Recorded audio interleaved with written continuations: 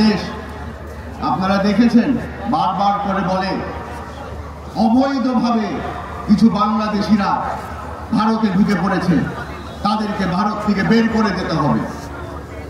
ক্ষমা করে দিবেন, তবে আমি তাদের সাথে একমত।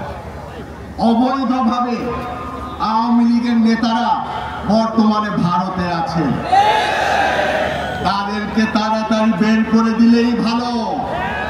আমরাও চাই তারা বাংলাদেশে ফিরে আসুক। তাদেরকে কাঠগড়ায় না দাঁড়ানো পর্যন্ত আমার বাবার আত্মা শান্তি পাবে না।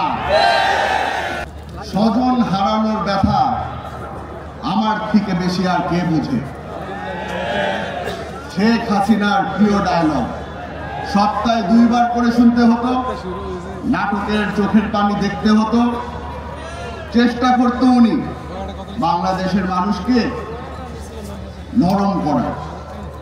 তবে আমরা এই নাটক অনেকবার দেখেছি, চিনে ফেলেছি তাকে।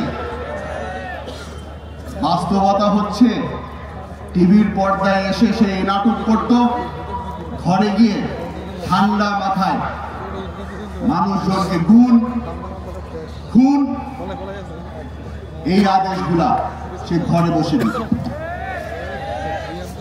আপনারা আজকে এখানে এসেছেন কারণ আপনারা জানতে চান যে আগামীর বাংলাদেশ কিরকম হবে।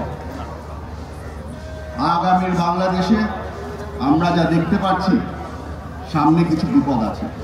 16 বছর ধরে আমরা বারবার করে একটা কথা শুনে আসছি, গুম, খুন আর মামলা শেখ হাসিনার প্রিয় জিনিস। আমার পরিবারে আমার বাবা খুনের শিকার, আমি নিজে গুমের শিকার, আমার মা মামলার শিকার। হয়তো এখানে অনেকেই আছেন আপনারা যাদের পারিবারিক অবস্থা প্রায় একই। আপনাদের সকলকে ধন্যবাদ জানাতে চাই, আপনারা আমাদের পাশে দাঁড়িয়েছিলেন। আমার মতো যেই পরিবারগুলোর প্রায় ধ্বংস হয়ে যাওয়ার পর্যায়ে চলে এসেছিল, আপনারা সাহায্য করেছেন, পাশে দাঁড়িয়েছেন, আশ্রয় দিয়েছেন। আপনাদের কারণে আজকে আমরা এই মঞ্চে দাঁড়াতে পেরেছি।